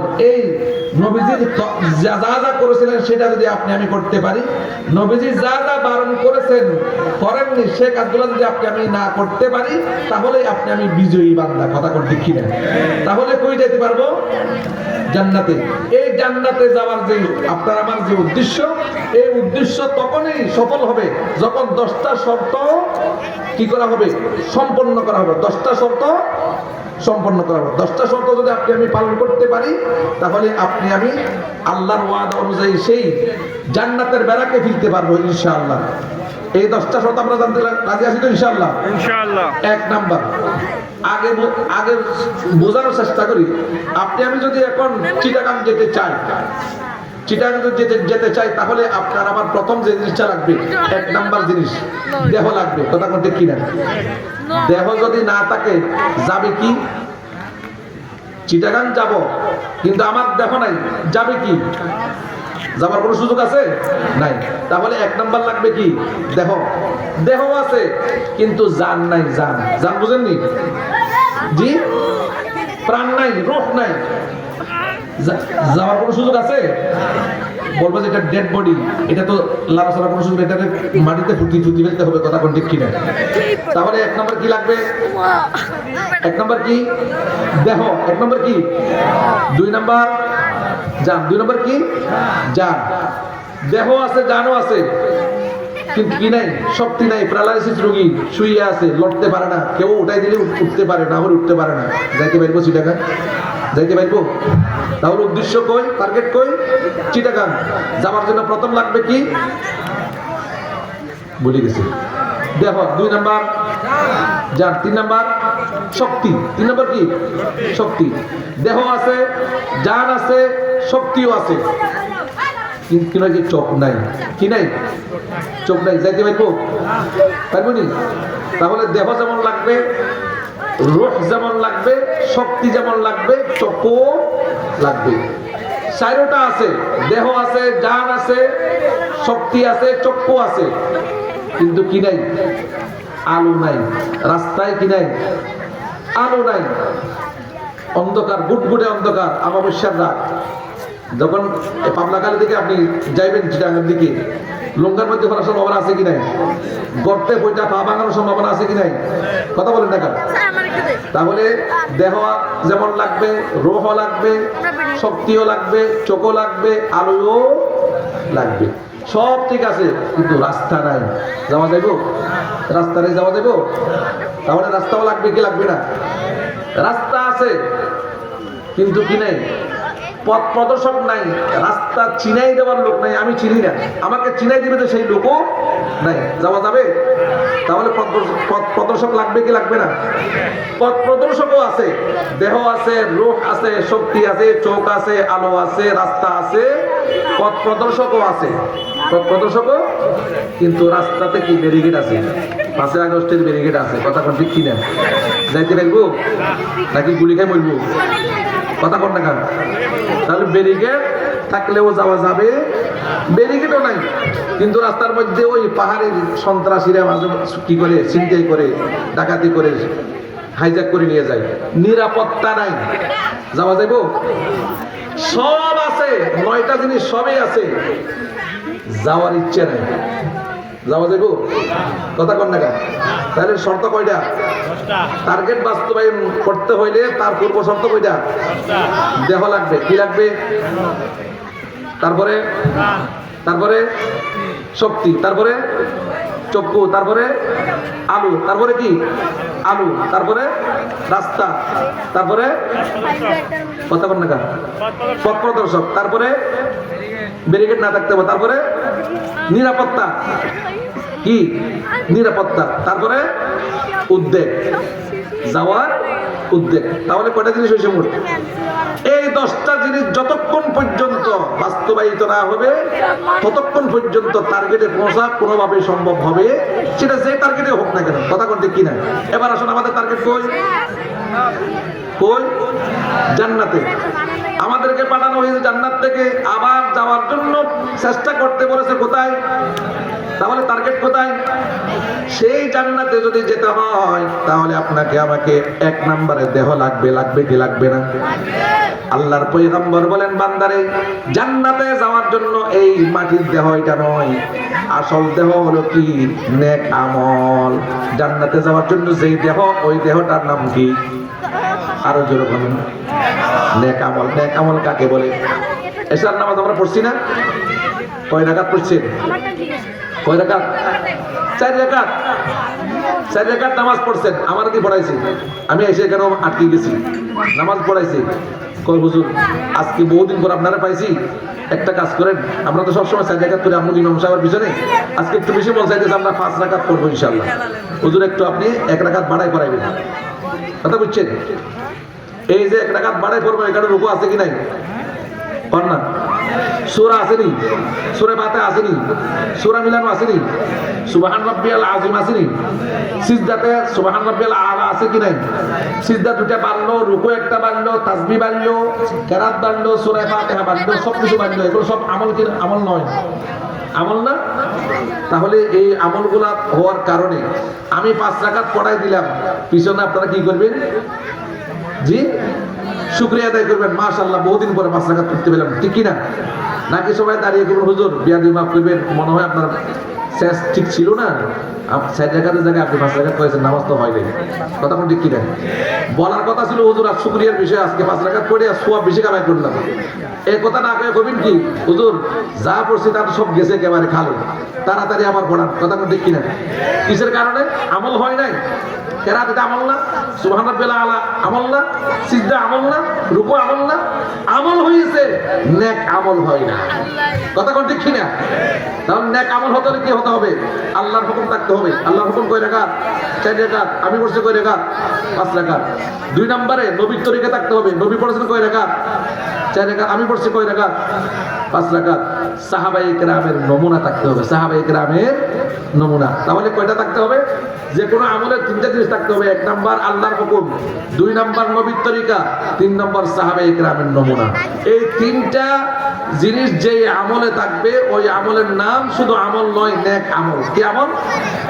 এই নেক আমল যারা করবে, আল্লাহ তাআলা বলেছেন, ইন্নাল্লাযীনা আমানু ওয়া আমিলুস সালিহাতি কানাত লাহুম জান্নাত। আল্লাহু আকবার। তাহলে পাইলাম কি পাইলাম না? নেক আমল যদি হয় সোজা কোথায় পৌঁছায় দিবে? কোথায় আছে? এই মাত্র যে তেলাওয়াত করলাম, আল্লাহ বলেন যারা ঈমান এবং আমলে সালেহ তাদের মধ্যে নেক আমল থাকবে, নেক আমলের কারণে সোজা আসে কোথায় যেতে পারবে? আল্লাহ তাআলা আবারো বলেন, ওয়াবাশশিরিল্লাযীনা আমানু ওয়া আমিলুস সালিহাতি আন্না লাহুম জান্নাত। নবীজি আপনি সুসংবাদ দিয়ে দিন যাদের জীবনে ঈমান থাকবে। কয় হুজুর আবার ঈমান কেন? এবার 2 নম্বর কি বলছিলাম মনে আছে? মনোযোগ নাই। 1 নাম্বার কি? জান্নাতে যেতে হলে কি লাগবে? দেহ। দেহ। জান্নাতে যাওয়ার দেহ, এই দেহ নাকি আমল নামক দেহ? নেক আমল। 1 নাম্বার কি? নেক আমল। 2 নাম্বারে কি লাগবে বলছিলাম? জান। রূহ, জান। ঠিক কি না? আর নেক আমলের রূহ হলো ঈমান। নেক আমলের রূহ হলো কি? ঈমান। এই কারণে আল্লাহ বলেন, ওয়াবাশশিরিল্লাযীনা আমানু ওয়া আমিলুস সালিহাত। ঈমান নামক জান নিয়ে নেক আমল নামক আমল যারা করতে পারবেন, আল্লাহ তাআলা বলেন নবীজি আপনি তাদেরকে সুসংবাদ দিয়ে দিন, তারা অবশ্যই অবশ্যই তাদের অবস্থান জান্নাতে হবে। সুবহানাল্লাহ। আমার ভাইরা, তাহলে 2 নাম্বার ছিল কি? 2 নাম্বার কি? জান। জান্নাতে যাওয়ার জন্য জান হলো কি? ঈমান। কি? ঈমান। এরপর 3 নাম্বার কি লাগবে মনে নাই? শক্তি। 3 নাম্বার কি? শক্তি। ভুলে গেছেন? যে কোনো লোক টার্গেট বাস্তবায়ন করতে হলে 10টা জিনিস লাগে, তার মধ্যে 1 নাম্বার লাগে দেহ, 2 নাম্বার লাগে কি? জান, 3 নাম্বার কি? শক্তি। 3 নাম্বার কি? শক্তি। হ্যাঁ, শক্তি কি? শক্তি হলো আত্মশুদ্ধি। সত্য হলো কি? শক্তি হলো কি? আত্মশুদ্ধি। নির্ভেজাল আমল। কি আমল? নির্ভেজাল আমল। নির্ভেজাল আমল। নির্ভেজাল আমল কাকে বলে? রাসূল সাল্লাল্লাহু আলাইহি ওয়াসাল্লাম হাদিসে জিবরীলের মধ্যে বলেছেন, মাল ইহসান ইয়া রাসূলুল্লাহ? قال أن تعبد الله كأنك تراه فإن لم تكن تراه فإنه يراك। নির্ভেজাল ইবাদত বলা হয় এমন ভাবে ওই আমলটাকে সম্পাদন করা, যেমন ভাবে সম্পাদন করার সময় অন্তরে থাকবে কি? আমি এখন স্বয়ং আল্লাহকে দেখতেছি। কাকে দেখতেছি? কাকে দেখতেছি? আল্লাহকে। রাসূল বলেন এই মানসিকতা নিয়ে আসার মতো যদি তোমার অবস্থান তৈরি করতে না পারো, অন্তত এই জিনিসটা মনে করো যে তোমাকে স্বয়ং আল্লাহ দেখতেছেন, তুমি তার সামনে আছো। কার সামনে আছে? আল্লাহর সামনে। বলুন তো, এই মানসিকতা যার অন্তরে থাকবে, গমের বস্তা যখন সামনে আছে নিজের বাড়িতে রাখি দিতে পারবো নাকি জনগণের কাছে পৌঁছে দিতে হইব? কারণ সে জানে যে গমের বস্তাটা আমার বাড়িতে ঢুকাইতেছি, এটা আমার রাষ্ট্রপতি দেখতেছে না, আমার যারা চেয়ারে বসাইছে সে দেখতেছে না, দেখতেছে কে? আমি যার সামনে আছি, যে আমার সামনে আছে তিনি দেখতেছেন। তাহলে চোর চুরি করতে পারবে? ব্যভিচারকারী ব্যভিচার করতে পারবে? হযরত ইউসুফ আলাইহিস সালাতু ওয়াস সালামকে জুলাইখা 7টা রুমের ভিতরে নিয়ে যাওয়ার পরে, জুলাইখা ছিল মূর্তি পূজারী। কি ছিল? ওই অন্ধকার প্রকোষ্ঠে নির্জন কামরায় নেওয়ার পরে জুলাইখা খুব তাড়াতাড়ি একটা কাপড় নিল। কাপড় নিয়ে পাশে একটা মূর্তি ছিল। কি ছিল? কথা কন না। কি ছিল? মূর্তি। মূর্তি। মূর্তির সামনে যাইয়া তাড়াতাড়ি একটা কাপড় এভাবে দিয়ে দিল। কি দিয়েছে? একটা কাপড়। ইউসুফ আলাইহিস সালাম জিজ্ঞাসা করছে, জুলাইখা তুমি এটা কি কি দিছো? কয়েক একটা কাপড় কি দিছি? পর্দা দিয়ে দিছি। কোথায়? কই যে এখানে একটা দেখতেছেন, এটা আমার মাহবুব। এটা আমার কি? কথা কন না কেন? আমরা রোজা রেখে আছি নাকি সবাই? আমার কি? আমি তার ইবাদত করি। এটা আমার কি? খোদা। তো কই খোদার চোখের মধ্যে একটু কি দিছি? পর্দা দিছি। কি দিছি? তো কই তোমার খোদা কি পর্দা দেওয়ার আগে দেখতো? ও আচ্ছা, কেন দিলা? কই দিছি এই জন্য, এখন যে কামটা করব, তোমার সাথে যে কাজটা করব, আমি এখন জিনা করব। কি করব? অপসংস্কৃতি না সংস্কৃতি? অপকর্ম না সুকর্ম? সৎকর্ম না কুকর্ম? কুকর্ম। এখন কুকর্ম করব। আমার রব সামনে আছে, হে দেখবে, এই জন্য তার চোখের মধ্যে কি দিছি? পর্দা দিছি। কি দিছি? এবার ইউসুফ জিজ্ঞাসা করে, হে জুলাইখা তুমি যে পর্দা দিয়েছো, পর্দার আগে চিনি, পর্দা দেওয়ার আগে সে দেখতো কিনা? পর্দা দেওয়ার আগে দেখে কিনা? কই না দেখে না। তো কই কি কয়? হ্যাঁ কই দেখে না। কই যদি পর্দা দেওয়ার আগে না দেখে, তাহলে এখন তার চোখের মধ্যে পর্দা দেওয়ার প্রয়োজনটা কি? কি জন্য দিয়েছো? ভালো করে শুনুন, এই যুবকরা ভালো করে শুনুন। মনোযোগ না থাকলে আলোচনা শুনি লাভ হবে না। আমার ভাইরা, ইউসুফ আলাইহিস সালাম জিজ্ঞাসা করে, হে জুলাইখা পর্দা যে তুমি দিয়েছো, পর্দা দেওয়ার আগে সেই মূর্তি তোমাকে দেখতো কিনা? কয় না দেখে না। যদি না দেখে, পর্দা দেওয়ার আগেও না দেখে, পর্দা দেওয়ার পরেও তো না দেখবে, পর্দা দেওয়ার প্রয়োজনটা কি ছিল? কথা বুঝে আসছে? পর্দা দেওয়ার প্রয়োজন কি ছিল? তখন জুলাইখা বলে, হে ইউসুফ যদিও আমার মূর্তি আমাকে দেখে না, এই যে অপকর্ম করবো সেটাও দেখবে না, কিন্তু আমার এই রবকে, এই মূর্তিকে যে বানিয়েছে, যে কারিগর, সেই কারিগরে যে চক্ষু দুইটা দিয়েছে, দেখার মতো ভঙ্গিমা তার মধ্যে দিয়ে দিয়েছে। দেখার মতো কি দিয়ে দিয়েছে? কথা বলতে হবে, কি দিয়েছে? দেখার মতো ভঙ্গিমা থাকার কারণে যদিও সে না দেখে আমি তার পূজা করি, এই কারণে আমার লজ্জা হয় আমার রবের সামনে আমি কিভাবে এই কাজ করব, যদিও সে না দেখে। দেখার ভঙ্গিমা তো তার চোখের মধ্যে আছে। কথা কোন ঠিক কিনা? ও মুসলমান ভাইরা, এবার আসুন ইহসানের কথা বলে 3 নম্বর কি লাগবে? শক্তি, ঠিক কিনা? এই শক্তির নাম হলো আত্মশুদ্ধি। এই হযরত ইউসুফ আলাইহিস সালাতু ওয়াস সালাম সঙ্গে সঙ্গে বললেন, হে জুলাইখা, তোমার রব তো দেখে না, তুমি বলছো দেখার মতো ভঙ্গিমা আছে, সেটা তোমার লজ্জা হয়। আমি যে আল্লাহর উপরে ঈমান এনেছি, ওই রব তো শুধু দেখে না তা নয়, সার্বক্ষণিক দেখে, মুহূর্তের জন্য চক্ষু বন্ধ করে না। তাহলে আমি ইউসুফ কিভাবে আমার রবের সামনে এই কুকর্ম করব? আল্লাহু আকবার! এটাকে বলে কি? এটাকে বলে শক্তি। এই শক্তি যদি কোন যুবক, যদি যৌবনকালে কোন যুবতীর সামনে পড়ার পরে কুকর্ম করার যদি কি চলে আসে, স্পৃহা চলে আসে, তখন যদি সে কি করতে পারে, এই চিন্তা যদি নিয়ে আসতে পারে যে আমি না দেখলে কি হবে, আমার রব আমার সামনে আছে, সে আমাকে দেখতেছে। কথা কোন ঠিক কিনা? তাহলে জান্নাতে যাওয়ার যে টার্গেট, সেই টার্গেট বাস্তবায়নে এক ধাপ এগিয়ে গেল। কথা কোন ঠিক কিনা? মনে আছে কয়টা? প্রথম লাগবে দেহ। জান্নাতে যাওয়ার জন্য দেহ হলো কি? নেক আমল। 2 নম্বর লাগবে কি? রূহ। জান্নাতে যাওয়ার জন্য এই নেক আমল নামক দেহের রূহ হলো কি? ঈমান। আর ঈমানও আছে, আমলও আছে, কিন্তু কি নাই? ইহসান নাই, আত্মশুদ্ধি নাই, তাও জান্নাতে যাওয়া যাবে না। তাহলে আত্মশুদ্ধি লাগবে কি? সার্বক্ষণিক আমার রব আমাকে দেখতেছে, আমি রবের সামনে, তিনি আমার সামনে। কোথায় আছে? কোথায় আছে? ওয়াহুয়া মাআকুম আইনামা কুনতুম। আল্লাহ তাআলা বলেন, বান্দা তুমি যেখানে থাকো না কেন, সর্ব অবস্থায়, সর্ব জায়গায় আমি রব তোমার সঙ্গে আছি। কার সঙ্গে আছি? আমি রব তোমার সঙ্গে আছি। যদি এই চিন্তা থাকে, হাইজাকারি করার সময়, চুরি করার সময়, দুর্নীতি করার সময় পুলিশ লাগবে নাকি? র্যাব লাগবে? লাগবে? আইন শৃঙ্খলা বাহিনী লাগবে? সে নিজেই যথেষ্ট নিজেকে পাহারা দেওয়ার জন্য। কথা কোন ঠিক কিনা?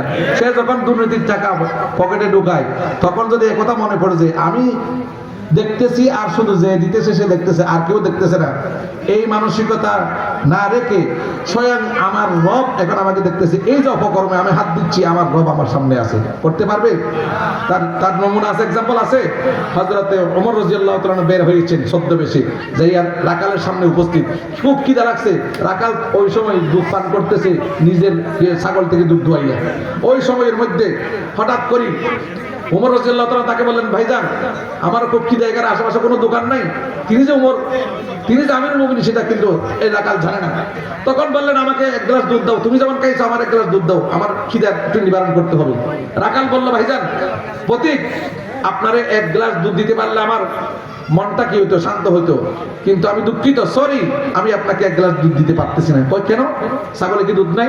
কয় আছে, কিন্তু কয় এই ছাগল যে আমি চড়াই, এই ভেড়া যে আমি চড়াইতেছি, ছাগলের দুধ খাওয়ার জন্য এটা আমার বেতনভুক্ত বিষয়। আমার মালিক আমাকে অনুমতি দিয়ে দিয়েছে, তোমার যখন খিদা লাগবে তুমি ছাগল থেকে দুধ দোয়াইয়া খাইবা, কিন্তু অপর কাউকে দেওয়ার অনুমতি আমার মালিক আমাকে দেয়। ভালো করে শুনুন ও মুসলমান ভাইরা, ইহসান কাকে বলে? এবার হযরত ওমর রাদিয়াল্লাহু তাআলা বললেন, তাহলে একটা কাজ করো, তোমার এই ছাগলের পাল থেকে একটা ছাগল আমাকে বিক্রি করো, বিনিময়ে তুমি কিছু টাকা পাইবা। ছাগলের মালিক আমিও নিজে হয়ে যাব, আমি প্রতীক হয়ে যাব। নিজের নাম বলতেছে না, আমি প্রতীক হয়ে যাব। আমার ছাগল থেকে আমি দুধ দোয়াইয়া যাই, টাকা খাবো, কোনো সমস্যা হবে না। মাঝখানে তুমি কিছু আর্থিকভাবে লাভবান হইয়া যাইবা, যেটা তোমার মালিকও জানবে না। ওই আমি মালিককে কি বলবো তাহলে বলো? তো মালিককে বলবা, এরকম পাহাড়ের মধ্যে, জঙ্গলের মধ্যে, ময়দানের মধ্যে অনেক নেকড়ে এসে ছাগলের উপর আক্রমণ করে খেয়ে ফেলে। বলবা ছাগলের থেকে খেয়ে ফেলছে, এই কথা বলবা। এই কথা বলার সঙ্গে সঙ্গে ওই রাখাল খুব রাগান্বিত হয়েছে। রাগান্বিত হয়ে বললেন, হে প্রতীক, তুমি কি মুসলমান নও? তোমার কি ঈমান নেই? তো তুমি কি মুসলমান নও? তুমি কি ঈমানদার নও? কই কেন? কই তোমাকে দেখতে তো ভদ্রলোকের মতো লাগে, কিন্তু তুমি যে আমাকে চুরি শিখাইতেছো, তুমি বলো আগে, আমি যে ছাগল বিক্রি করলাম বিনিময়ে কিছু টাকা পাইলাম, তুমি ওই ছাগলের মালিক হইয়া দুধ দহন করে খাইবা, আমি আমার মালিককে ধোঁকা দিয়ে বোঝাবো আমার ছাগল কিনে রেখে ফেলেছে। তুমি বলো আমার মালিক, তোমার মালিক, আমার মালিকের মালিক যিনি আছে, যার চক্ষু কখনো ঘুমায় না, লা তাখুযুহু সিনাতুন ওয়ালা নাওম। আল্লাহু আকবার। যার চক্ষু কখনো কি করে না, তন্দ্রাচ্ছন্ন হয় না, ঘুমায় না, অতন্দ্র প্রহরী, অতন্দ্র প্রহরী। আল্লাহ তাআলা ঘুমায় কি না? কথা কন না কেন? আল্লাহর কাছে কি ঘুম নামক নিয়ামত নাই? এ কারণে ঘুমাই না। কি জন্য ঘুমাই না? কি জন্য ঘুমাই না? কথা কন না কেন? কথা বলে কোন বিপদে পড়ি? আল্লাহ তাআলা ঘুমাই না। ও মুসলমান ভাইরা, একটু করে এক্সাম্পল নেন আগে, তারপরে আল্লাহর বিষয়টা বুঝেন। রাতের 12টার সময় ঘরে ফিরতেছেন বোয়ালখালী বাজার থেকে, ঘরে আপনি যখন দরজায় এসেছেন, বাবার কামরার লাইটও বন্ধ, ভাইয়ের কামরার লাইটও বন্ধ, বোনের কামরার লাইটও বন্ধ, নিজের স্ত্রীর রুমের লাইটও বন্ধ, কিন্তু মায়ের কামরার লাইটটা কিন্তু জ্বলন্ত অবস্থায় আছে। দরজায় আসা যখন নাকি টোকা দিয়েছে, টোকা দেওয়ার সঙ্গে সঙ্গে দরজার মধ্যে মা হাজির। কে হাজির হয়েছি? হাজির হইয়া তাড়াতাড়ি দরজা খুলে দিয়েছেন। বাবা ঠান্ডার মধ্যে এতক্ষণ বাইরে কি করতেছ? তাড়াতাড়ি আসো না কেন? সন্তান জিজ্ঞাসা করে, মা রাতের 12টা পার হয়ে গেছে, বাবার রুমের দরজা লাইট বন্ধ, বোনের রুমের লাইট বন্ধ, সব রুমের লাইট নিবানো, আপনার রুমের লাইট নিবানো নয়, জ্বলন্ত অবস্থায়, আর আপনি চেতন কেন আমাকে বলুন। মা বললেন, হে আমার সন্তান, আদরের দুলাল, 10 মাস 10 দিন উদরে তোমাকে নিয়েছিলাম। আমার দয়া মায়া বেশি হওয়ার কারণে তুমি যতক্ষণ বাহিরে থাকবা ততক্ষণ পর্যন্ত আমি মায়ের চোখে ঘুম আসে না, কারণ না জানি কোন সময় তুমি দরজায় এসে বলবা, আম্মা আমি দরজায় এসেছি, আমাকে দরজাটা একটু খুলে দিন। যদি আমি ঘুমাইয়া পড়ি, আমার আদরের দুলার সন্তান বাহিরে দাঁড়াই থাকতে হবে, ঘরে ঢুকতে পারবে না। এই কারণে আমার দয়া মায়া আমাকে ঘুমাইতে দেয় নাই, তুমি যতক্ষণ না আসো। কথা কোন ঠিক কিনা? আল্লাহ তাআলা বলেন, মা বাবার চেয়ে কোটি কোটি গুণ আমি রবের দয়া মায়া বেশি হওয়ার কারণে রাতের 1টার সময় যখন তুমি অ্যাক্সিডেন্ট করবা, যখন নাকি বিপদ সামনে আসবে, যখন বলবা আল্লাহ আমি বিপদে পড়েছি, এই সময় আমি আল্লাহ ছাড়া তোমার বিপদে সাড়া দেওয়ার আর কে থাকবে? এই কারণে আমার দয়া মায়া আমাকে সারাক্ষণ, আমার বান্দার দয়া মায়া আমাকে ঘুমাইতে দেয় না। আল্লাহু আকবার। এটাকে বলে রব, রহমান রহিম। তাহলে হযরত ওমরকে কি বললেন? তোমার রব, আমার মালিকের রব, তার চক্ষুকে ফাঁকি দেওয়ার কোনো সুযোগ, আরো যেরকম কোনো সুযোগ। এটাকে বলা হয় কি? আল্লাহ সার্বক্ষণিক আমাকে দেখতেছেন, আমি আল্লাহকে দেখতেছি। এই যদি মানসিকতা নিয়ে মানুষ জীবন যাপন করতে পারে, সোজা তার দিকে জান্নাত বাস্তবায়ন করা তার পক্ষে সম্ভব, সহজ হবে। কথা কোন ঠিক কিনা? কই হুজুর, কম্বলের ভিতরে যদি একটু নেট চালায়, বান্ধবীর লোক একটু কথা কই, মেসেজ দিই, ভিডিও কল দিই, মনে হয় এগুলো তো কেউ দেখতো না, কারণ কম্বলের ভিতর দরজা বন্ধ, রুম বন্ধ। কথা কোন ঠিক কিনা? ফিস ফিস করে কথা বলতেছি, একেবারে কেউ শুনতেছে না। কোরআনে কারীমে আছে, আল্লাহ তাআলা বলতেছেন, মা ইয়াকুনু মিন নাজওয়া সালাসাতিন ইল্লা হুয়া রাবিউহুম ওয়ালা খামসাতিন ইল্লা হুয়া সাদিসুহুম। এ আমার গোলাম, ফিস ফিস করে যে দুইজনে কথা বলতেছো, বান্ধবী আর বন্ধু দুইজনে মোবাইলে কথা বলতেছো, মনে করতেছো কেউ শুনতেছে না। খোদার কসম করে আল্লাহ বলতেছেন যে একথা মনে করিও না যে তোমরা দুইজনেই আছো নেটের মধ্যে লাইনে, আর কেউ নাই, একথা মনে করিও না। আমি রব তোমার বান্ধবীর কাছেও আছি, তুমি বন্ধুর কাছেও আছি। সুবহানাল্লাহ কইতেন না? তাহলে এই চিন্তা যাদের আছে, ওই চিন্তাওয়ালা যুবকরা কখনো ইফটিজিং করতে পারবে? আজকে ইফটিজিং থেকে বাঁচানোর জন্য আইন শৃঙ্খলা রক্ষাকারী বাহিনী সহ দেশের গণ্যমান্য ব্যক্তিরা কি হয়ে গেছে? বেকুল হয়ে গেছে। এই অপরাধ থেকে, সামাজিক এই অপরাধ থেকে যুবককে কিভাবে বাঁচানো যায়? কথা কোন ঠিক কিনা? যখন গাছতলায় বসে অথবা নিরিবিলি কোনো জায়গার মধ্যে বসে যখন ইয়াবা খাইতেছে, একজন আরেকজনকে ভাগাভাগি করে দিতেছে, ওই সময় যদি যুবক মনে করে, আহারে আমি যে এই জায়গায়, আমার বাবা দেখতেছে না, মা দেখতেছে দেখতেছে না, পুলিশ, বিজিবি, আর্মি কেউ দেখতেছে না, গোয়েন্দা বাহিনী দেখতেছে না, আমার মালিক তো দেখতেছে আমি যে ওই অন্যায় করতেছি। কথা কোন ঠিক কিনা? এই যদি চিন্তা যদি ওই যুবকের অন্তরে আসে, সে জীবনও ইয়াবা, বাবা, মদ, ফেন্সিডিল, জুয়া এগুলা খেলতে পারবে? কথা কোন না? এই জন্য রসুল বলেন, আল্লাহ তাআলা বলেন, মা আতাকুমুর রাসূল ফাখুযু ওয়া মা নাহাকুম আনহু ফান্তাহু। এবারে আসেন 4 নম্বর, 3 নম্বর কি বলছিলাম? শক্তি। 1 নম্বর দেহ, নেক আমল। 2 নম্বর হলো ঈমান, রূহ। 3 নম্বর শক্তি, ইহসান, অর্থাৎ সার্বক্ষণিক আল্লাহ আমার সামনে আছে, আমি তার সামনে আছি। এই চিন্তা নিয়ে আমল সম্পাদন করতে পারলে সোজা কোথায়? জান্নাতে। কয় নাম্বার গেছে? 3 নম্বর। 4র্থ নম্বর, যাওয়ার জন্য কি লাগবে? রাস্তা। আমার রাস্তায় জানা নাই। রাস্তায় আমি যে পেন্সিল গাইতেছি মজার কারণে গাইতেছি, এটা যে অপরাধ সেটা আমি জানি না। সেটা জানাবে কে? সেটা জানাবে কে? ইয়া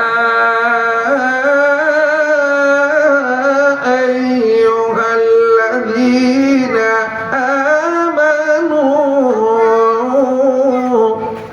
ইন্নামাল খামরু ওয়াল মাইসিরু ওয়াল আনসাবু ওয়াল আজলামু রিজসুম মিন আমালিশ শাইতান ফাজতানিবুহু লাআল্লাকুম তুফলিহুন।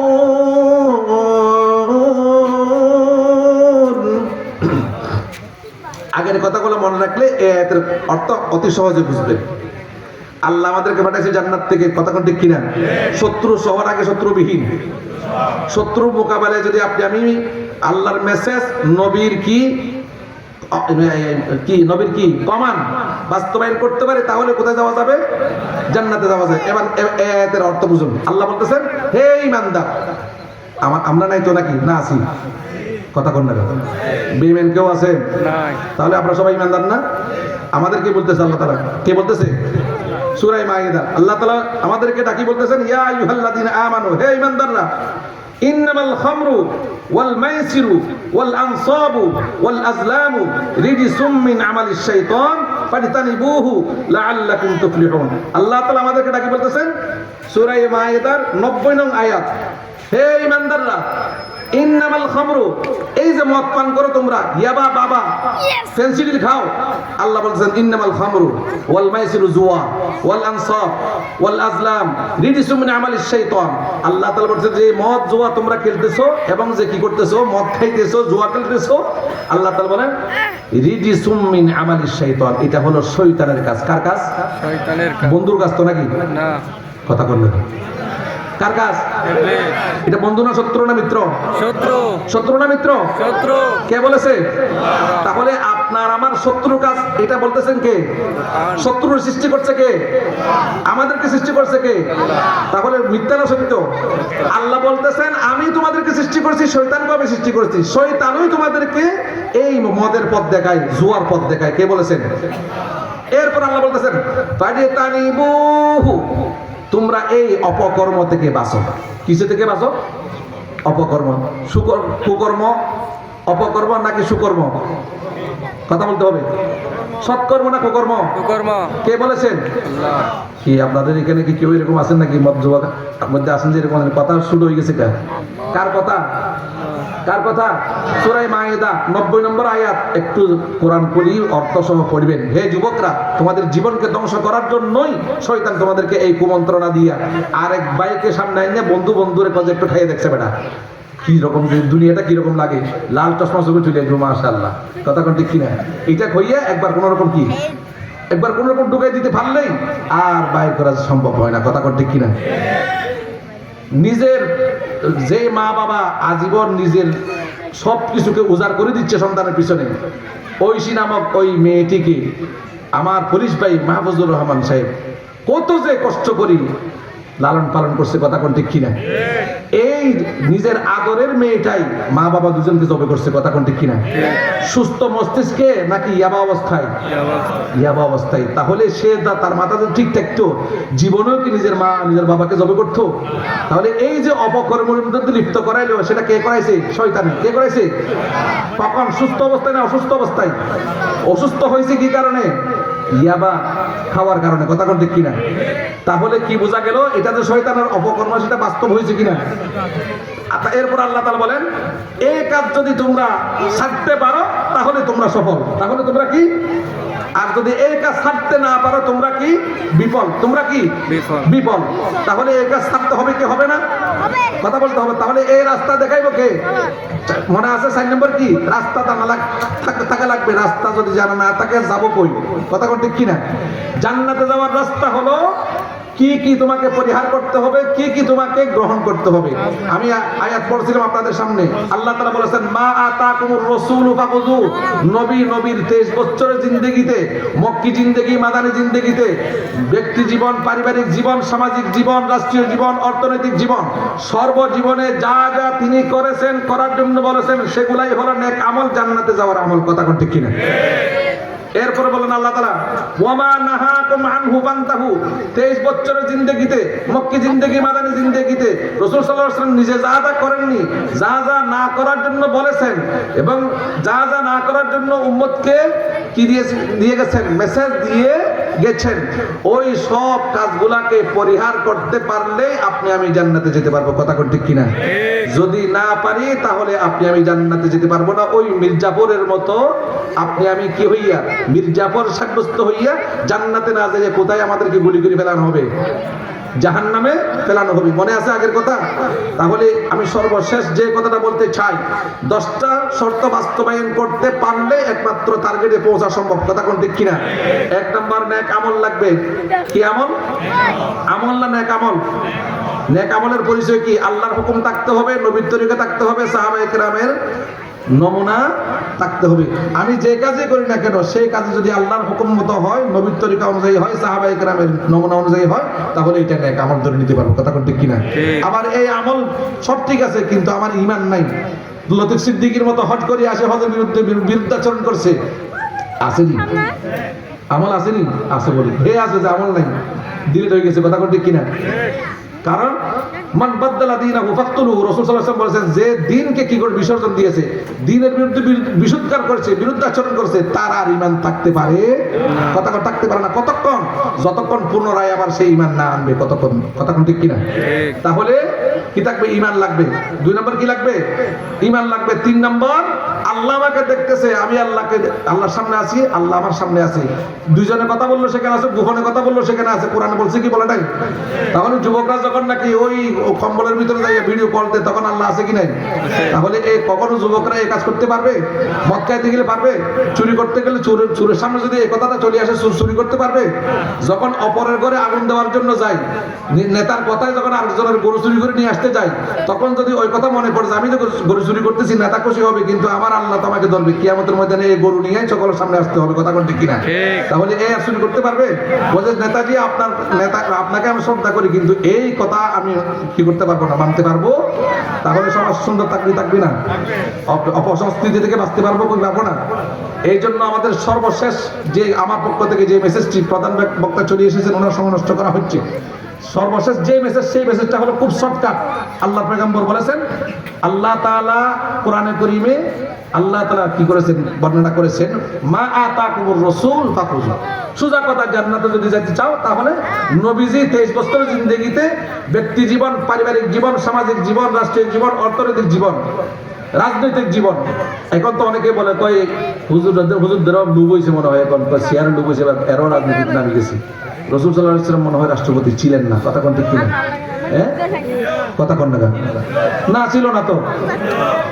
যদি ছিল হয় তাহলে কোরআনের রাজনীতি আছে কি নাই? তাহলে হুজুরের রাজনীতি কথা বলে তাদের লোভ হয়েছে কেন? এই কথা কেন আসে? তার মানে এক কথা বলিয়েন না, এই কথা বলতে গেলে আমাদের সমস্যা হবে। কথা কোন ঠিক কিনা? তাহলে খুব কি হয়ে গেল? আল্লাহ কোরআনে বলেছেন, আফাতুমিনুনা বিবাদিল কিতাব ওয়া তাকফুরুনা বিবাদ। নামাজের বিধান তুমি ঈমান আনতে পারছো, রাজনীতির কথা যে এখানে আছে নবীজি করছে, সেই কথা বলতে গেলে তোমার বাধা কেন? তাতে করে কি বোঝা যায়? ওই বিষয়ে তোমার ঈমান নাই। কথা কোন ঠিক কিনা?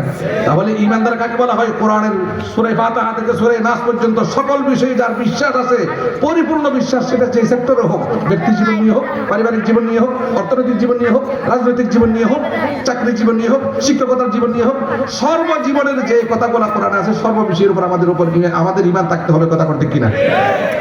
তাহলে নবীজি আল্লাহ তাআলা কি বলেছেন? নবীজি যা যা করেছেন তা তা তোমরা করবা, নবীজি যা যা পরিহার করেছেন তোমরা তা তা পরিহার করবা।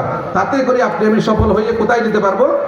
আমরা যে জায়গা থেকে ফিরে আসছিলাম সেই জায়গাতে আবার নিরাপদে ফিরতে পারবো। ঠিক কিনা? আল্লাহ তাআলা আমাদের সকলকে আজকের এই আলোচনা থেকে নবীজি সাল্লাল্লাহু আলাইহি ওয়াসাল্লাম ব্যক্তি জীবন থেকে নিয়ে কবর জগতে যাওয়ার আগ পর্যন্ত যা যা করেছেন সবগুলো যেন আমরা করতে পারি সেই তৌফিক দান করুন। আর যে কাজগুলো থেকে বিরত থাকার জন্য নবীজি বলেছেন, নিজে বিরত থেকেছেন, সাহাবায়ে কেরামদেরকে বিরত রেখেছেন, ওই কাজগুলো থেকে যেন আমরা বিরত থাকতে পারি সেই তৌফিক আল্লাহ তাআলা আমাদের সকলকে দান করুন। আমিন। ওয়া আখিরু দাওয়ানা আলহামদুলিল্লাহি রাব্বিল আলামিন। আসসালামু আলাইকুম ওয়া রাহমাতুল্লাহি ওয়া বারাকাতুহু।